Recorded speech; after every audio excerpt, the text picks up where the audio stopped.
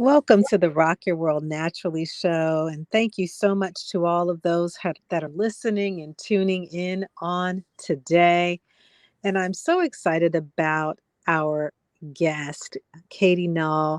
She's going to share some information that is going to be impactful, that is going to be beneficial to helping us in all of our everyday lives. So, Katie, thank you so much for being on the show today. Rakisha, it's my honor and pleasure. I'm just so excited about you rocking everybody's world. And speaking of rocking our world, what are you doing in your world right now that is rocking your world naturally, Katie?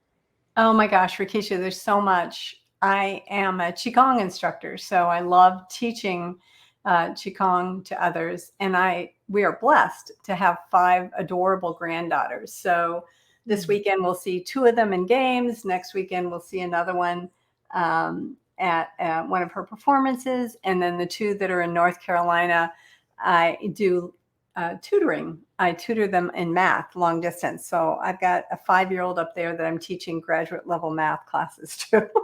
Oh, wow, that's incredible. She must be following in your footsteps with the mathematics.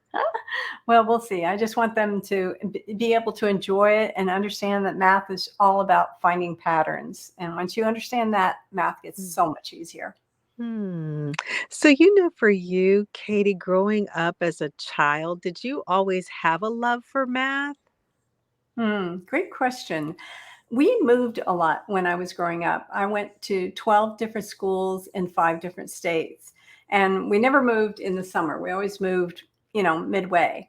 And Rakisha, what happened is that I would be at one school, and for instance, in history, they would be starting to talk about World War One. And when we moved to the new school, they'd be finishing up World War Two. Now, I Mm. think there's some interesting things that happened in between, but I have no idea what it is. But the one thing that was constant was the math. And so, and I also attended a lot of Catholic schools when Mm. I'm going to date myself here, but when President Kennedy was in office, and they were doing the space run, so the nuns were very big on teaching a lot of math, a lot of STEM work. Oh, wow. I have always admired those who have this ability with numbers. I don't. I'm more on the side of working with emotions and people, but it's an amazing skill to be able to have. But I love the fact that you said that once you understand that math is about patterns, it Hmm. becomes easier. Yeah. Yeah, I'm a big believer in that, Rakisha. And I've had different experiences with math growing up, and what I've found is that I've worked with students from Down syndrome to gifted, from 2 years old to adults, and I found that everyone can improve their math skills. And it's just like a muscle, right? The Mm. more you use it, the stronger it gets. And I'm a big believer. In fact, I've seen it firsthand that everybody can learn and appreciate and know math. Especially once you understand that math is the basis of art, of music, of architecture, and actually biology and chemistry. So there's so much that is based on math that getting a grasp on that makes your whole life easier. And I think it's just looking at it from that different lens, as you shared, that if we think about all the different things in our culture and our world, it's somehow Mhm. tied to math in some way. If we even think about the digital devices, our computers, there's a math language, behind that. So really looking at it from a different lens. Right. And actually, even things that you would think are not mathematical, when you look at how literature is written, how stories are devised, there's usually a formula involved of, taking the reader or the listener, up one side and then down another. And so everything really, at least in my mind, Mm. is math based. Hmm. Wow, that's so, so interesting. And so, with you having a love and a foundation for math. How does that kind of correlate to the work that you're doing right now? Well, it's by happenstance. I was a late in life student returning to graduate school to earn my one of my life goals, and that was my PhD. When I was 18 years old, Wakisha, I wanted to had a list of things I wanted to accomplish, and one of them was to earn a PhD by the time I was 25. Real life was that I began studying PhD when my youngest of three children was 25. um, and I was able to work on it. My PhD is in math education. And at the time I was working at a college.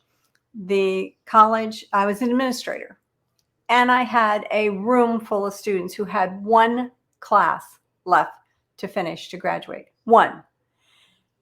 Can you guess which one it was?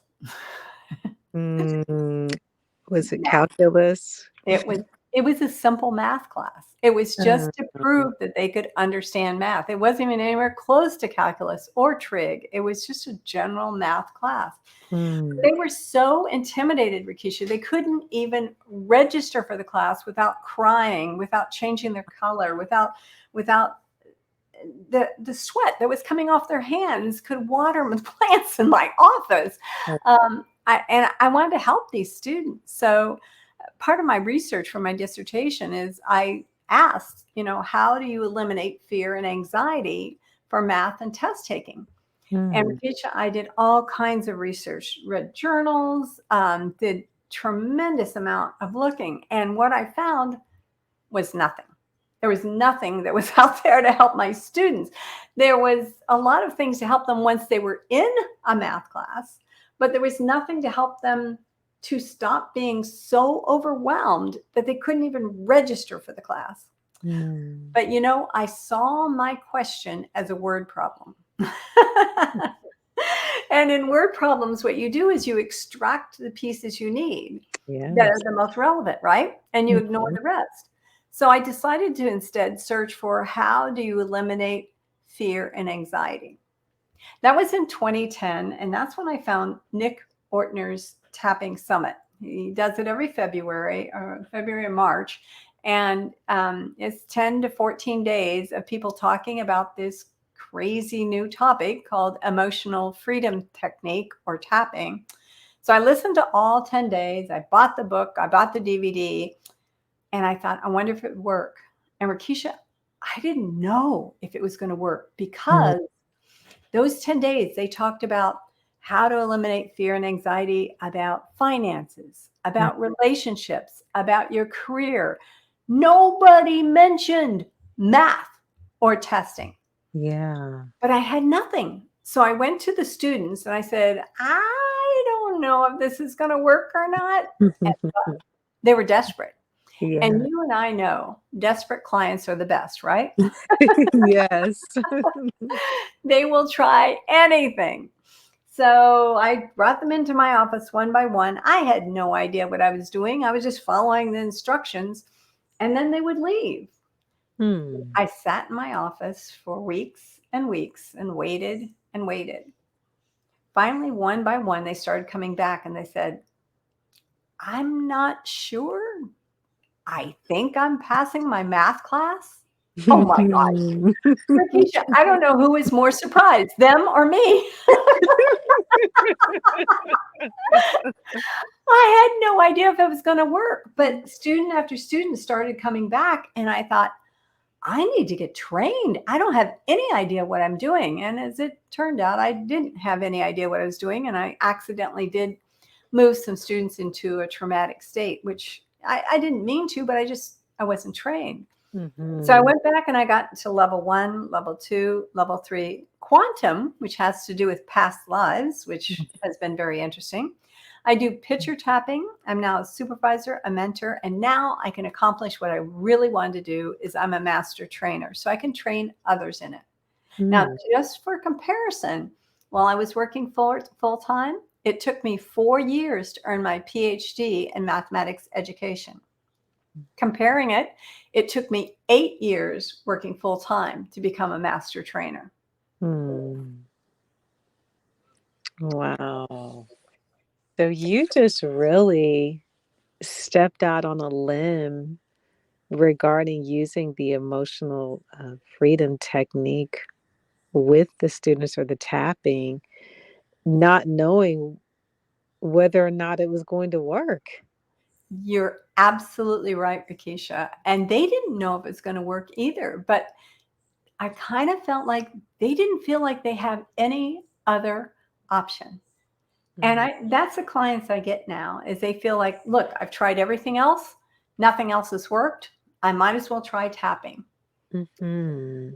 So what were some of the things like your students were telling you? They were saying, I think I'm passing, but what were some of the tangible, the evidence? Yeah.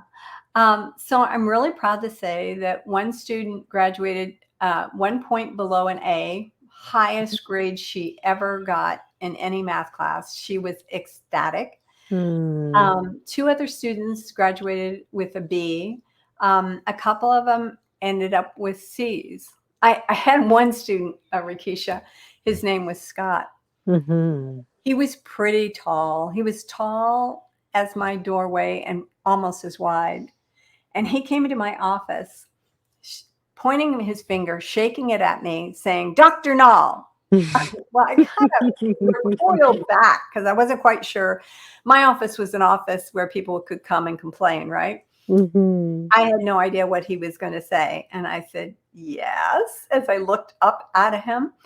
He came around, swooped me up from my chair, gave me a hug, and said, that voodoo stuff you do allowed me to graduate. Oh my goodness. It's not That's really voodoo, but we can't explain exactly what goes on. All we yeah. know are the results, and the Yeah. results have been amazing. Wow. Wow, that's incredible. Since that time, Rakisha, I've had clients. I had one client who is very interesting. She was a high school student, and she'd taken her SATs, which is a national exam for high school students before they enter college. It's Scholastic Aptitude Test.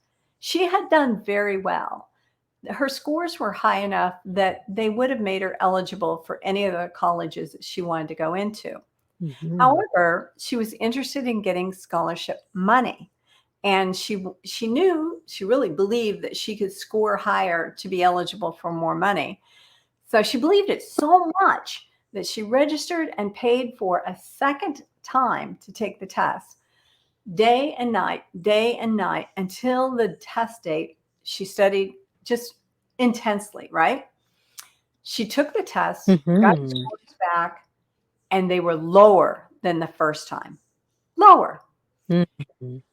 She's still mad. She registers for the third time and gets busy. You know, she's a high school student. She has extracurricular. She has all this stuff going on, her friends. And it's Sunday night. The test is next Saturday. She Mm. freaks. She talks to her mom and she says, I don't know what I'm going to do. I haven't had any time to study. I am beside myself. Her mom had known about me and about tapping, so she hired me. I worked with her for an hour on Monday, an hour on Wednesday, an hour on Friday. She retook the SAT for the third time. She got her scores back. Rikisha, her scores Mhm. on the third time were 90 points higher than they were the first time. Whoa. And the only thing that she can attribute it to is the tapping. Wow. Mhm. That's incredible. And so, with the tapping, do you think that it's something that is triggered, whether it's in the memory, neurological? What do you think what is it that makes the difference for individuals that go through this process? That's a great question.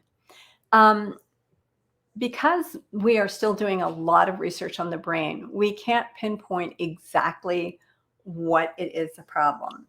My personal observation is that we get stuck on something that our amygdala, which is a small part of our Mhm. brain at the base of our brain, they call it our lizard brain, or our oldest part of our brain. Our amygdala is trying to do something to protect us. Now, let me explain what I mean by that. Rakisha, if you and I were in a room and it caught on fire, we would know what to do. We Yeah. would be dialing 911 as we got out of the building as quickly and safely as we could. If we were 15 years old, we would probably know what to do. If we were 10 years old, good chance we would know what to do. Mhm. If we were 5 years old, we may or may not know what to do.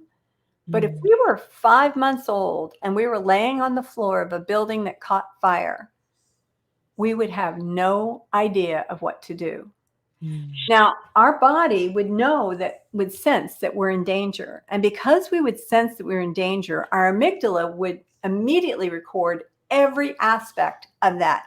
They would record what every place looked like, what it smelled like, what it felt like, every possible thing, including the possibility that there was a red trash can in the corner. Now, Mhm.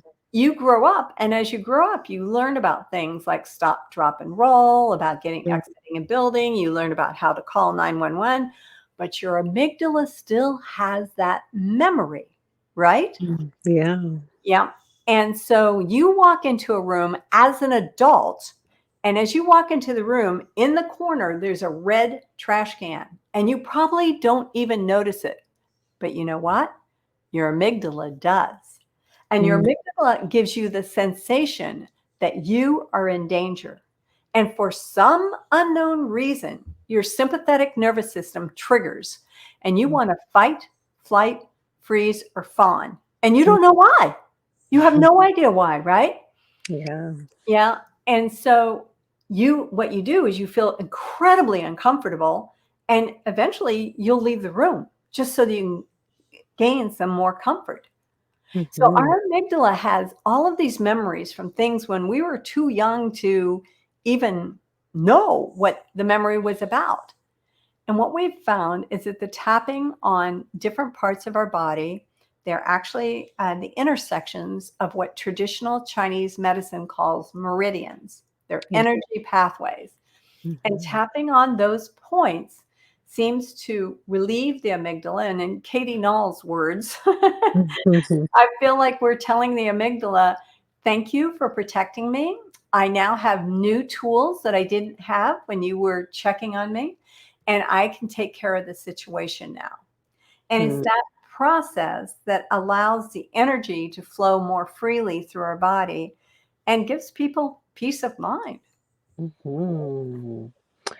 Yeah, because I've heard, about tapping. I never actually have tried or experienced it myself, but just with the things that you're sharing, there's no way of denying the effectiveness of this tool that is helping so many people. Yeah, it has actually been approved by the Veterans Administration for work with veterans that have PTSD, post Mm. traumatic stress disorder, and it has gained in popularity. So, Rakisha, I'm kind of intrigued. If you've never tried tapping before, would you like to try it today? Sure, I'm open. Okay, I love that. Let's see if we can rock your world with some tapping.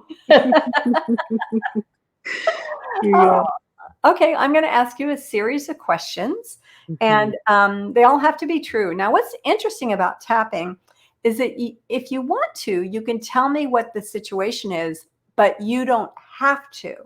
And I have clients all over the world, some of whom don't feel comfortable for whatever reason to tell Mhm. me what the situation is, but they can tell me the emotion associated with it. So I'll ask you a series of questions and we'll go from there. Is that all right? Yes. Okay, okay. Rikisha, I would like you to reflect back on the last 24 to 48 hours, and I'd like you to identify something that's caused you waffles. And by waffles, I mean worries, anxiety, fear, frustration, lethargy, exhaustion, and stress. Can you think of anything? I can. I actually received an email that was a little alarming. but it was regarding a financial matter. Okay. Okay. And where were you when you received this email? I was actually in my dining room. Okay. Okay. And what day was that? Yesterday Yesterday? And was that in the morning, afternoon, or evening? afternoon. So, yesterday afternoon, you were in the dining room and you received an email about something financial that was alarming. Is that right? Correct. Okay. And when you think about it right now, okay, when you think about it today at this moment, what negative emotion do you think of? Anxiety. Okay. And I want you to think about the anxiety from the top of your head to the bottom of your toes.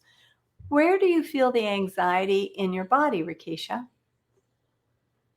Actually, in my feet, my toes. Your toes. Okay, great. And from 0 to 10, where 0 is like, oh, it's no big deal, everything will work out. And 10 is the highest anxiety you've had in your entire life. What number would you give the anxiety you're feeling right at this moment? I would say 7. A 7. Okay. And is this a true statement? Right here, right now, I feel safe. Yes. Okay.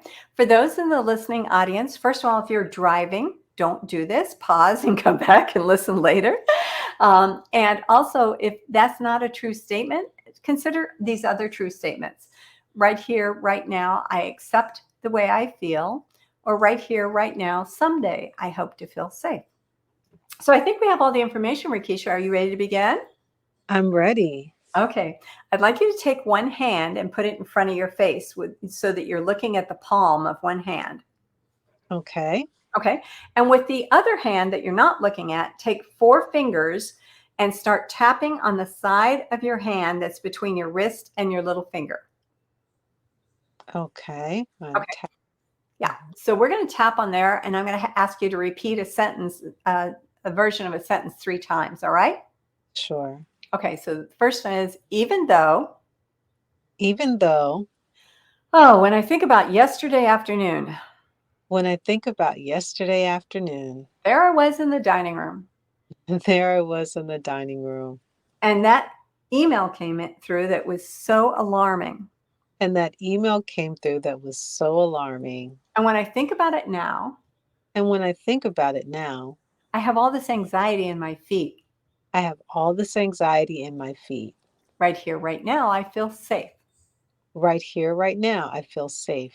And we're continuing to tap on the side of our hand as we repeat again and say, even though Even though the anxiety is in my feet right now, the anxiety is in my feet right now, when I think about yesterday afternoon, when I think about yesterday afternoon, I remember being in the dining room.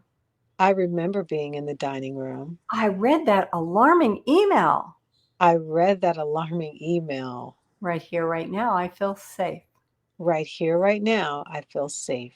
Still tapping as we repeat for the last time, even though Even though that email that I read yesterday afternoon that email that I read yesterday afternoon, while I was in the dining room made me feel alarming. while I was in the dining room made me feel alarming. Right now, Right now, I feel this anxiety in my feet. I feel this anxiety in my feet. Right here, right now, I feel safe anyway. Right here, right now, I feel safe anyway. Then, Rakisha, you can take your right hand or your left hand or both and tap on the top of your head, the crown of your head, and repeat and say, this anxiety in my feet. This anxiety in my feet. Now, take either hand or both and go right above your nose on the edge of your eyebrow hmm and tap and say, this anxiety in my feet. This anxiety in my feet. And again, with the right hand or the left hand or both, tap on the side of your eye at your temple and say, Mhm. this anxiety in my feet. This anxiety in my feet.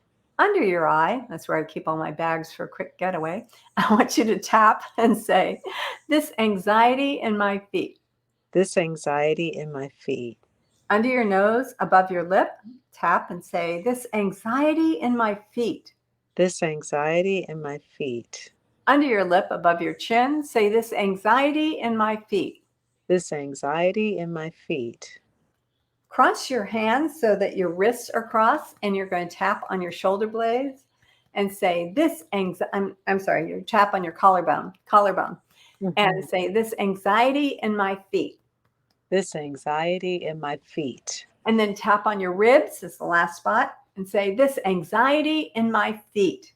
This anxiety in my feet. Now we're going to finish it off by putting your hands on your shoulders, and then we're going to rub our hands from our shoulder down to our elbow while we blow our air out like a cartoon character. It sounds like this. Oh, that was very good.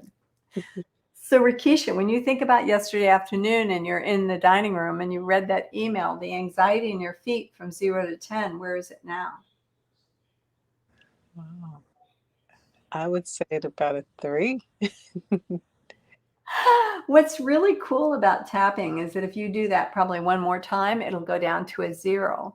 And Mm. clinical studies have shown that tapping is just as effective as something called EMDR, eye movement desensitization reprogramming, and way more effective than cognitive talk therapy. The advantages of EFT is that it's non-invasive, it's non-addictive, and it can be self-administered. My biggest problem I have for Keisha is that once I train people in tapping, Hmm. I never see them again.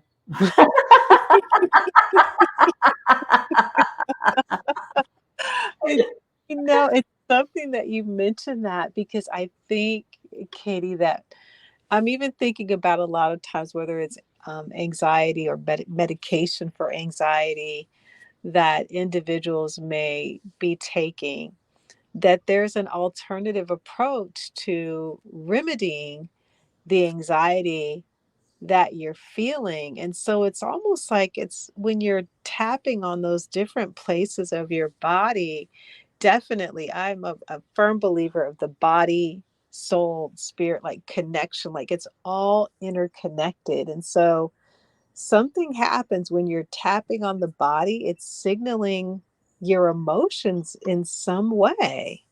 Absolutely. I agree with you 100%. Wow.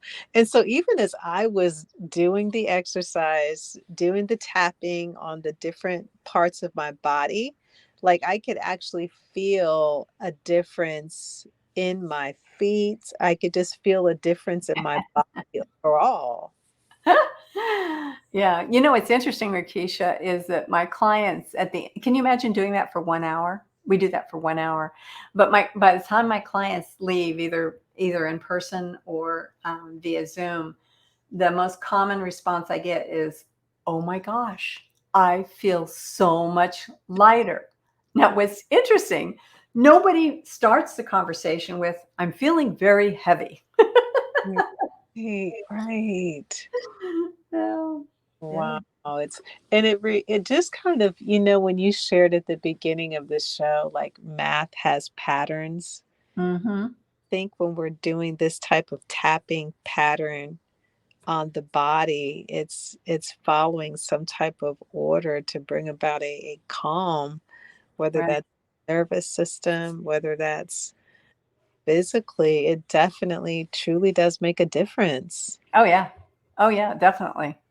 Mhm. Mhm. And so, for anybody that might be facing, whether it's the worry, anxiety, fear, frustration, tiredness, exhaustion, and stress, Mhm. they can rely on this type of tool or resource to help them to reach that place of calm. Right. Exactly. Mhm. Exactly. And so, with the work that you do, Katie, what is the most rewarding part of the work? Oh, you know what, Rakisha? This is going to sound awful, but the most rewarding part of my work is that my clients don't return. Mm, They refer other people, but they just don't return mm, because they now have the ability to take control of their own emotions and their own emotional welfare. Mm.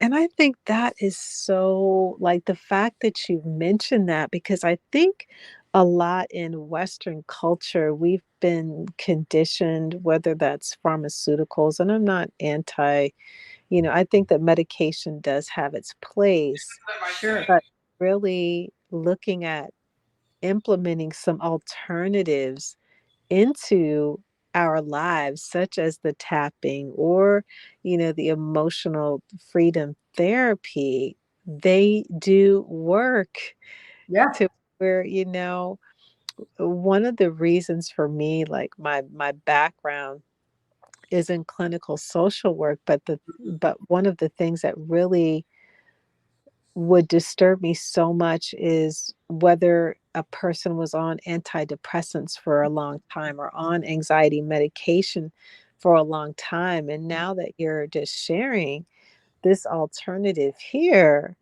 it doesn't have to be that way. I agree. And actually, there's something else that is becoming more relevant. I've noticed I had a friend that was calling for a social worker, for a therapist, for a family member. And it was a desperate situation. They were worried about, the mental health and the stability about a family member.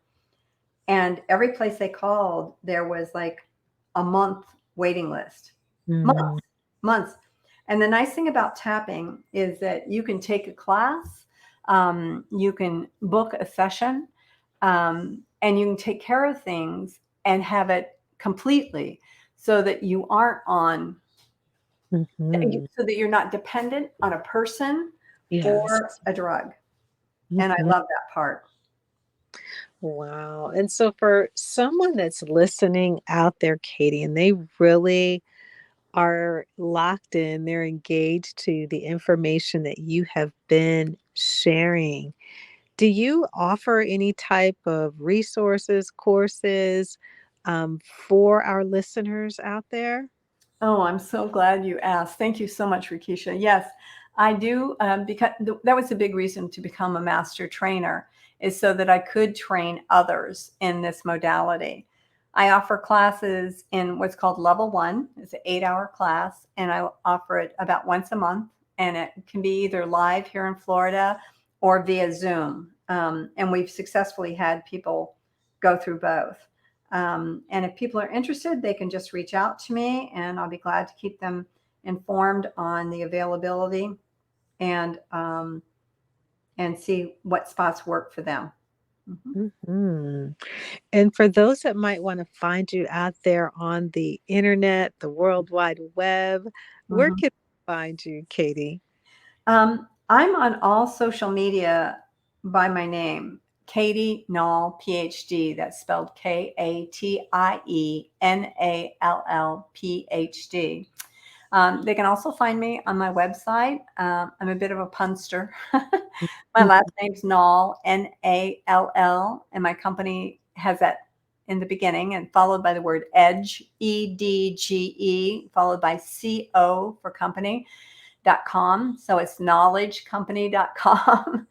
Or I invite any of your listeners to give me a call so that we can have a talk and find out that if I might be a good fit for them or not. They can call me directly at area code 772-226-0167. Again, that number is 772-226-0167. Wonderful. And are there any parting words, Katie, that you'd like to share with those who are listening? Yeah, I know your listeners tune in, Rakisha, because you're just a dynamic host and that you're focused on helping people rock their world.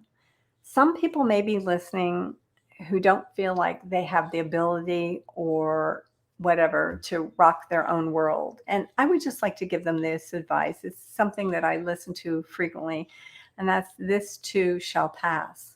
Mm, It's a reminder to me that when I'm having the best day of my life, the day I wake up and I'm so excited and I put my head on the pillow and say, that was so amazing, to remember to cherish that day because it'll pass. And to also know when you're having, a not so great day when things don't seem to be lining up right for you, to know that this too shall pass. Hmm. Wonderful, wonderful words. And Katie, this has been an enlightening conversation. I learned so much, and I'm sure that my listeners will as well. It has been a pleasure hosting you on the show today. Oh, thank you so much, Rakisha. You're an amazing host. Oh, thank you so much. And I wish you well in the work that you do in helping individuals to overcome whether it's anxiety, fear. If we ever needed a tool or a resource such as this, it certainly is now. So thank you so much for the work that you do. Absolutely. Thank you. Have a great day. Thanks. You too, Katie.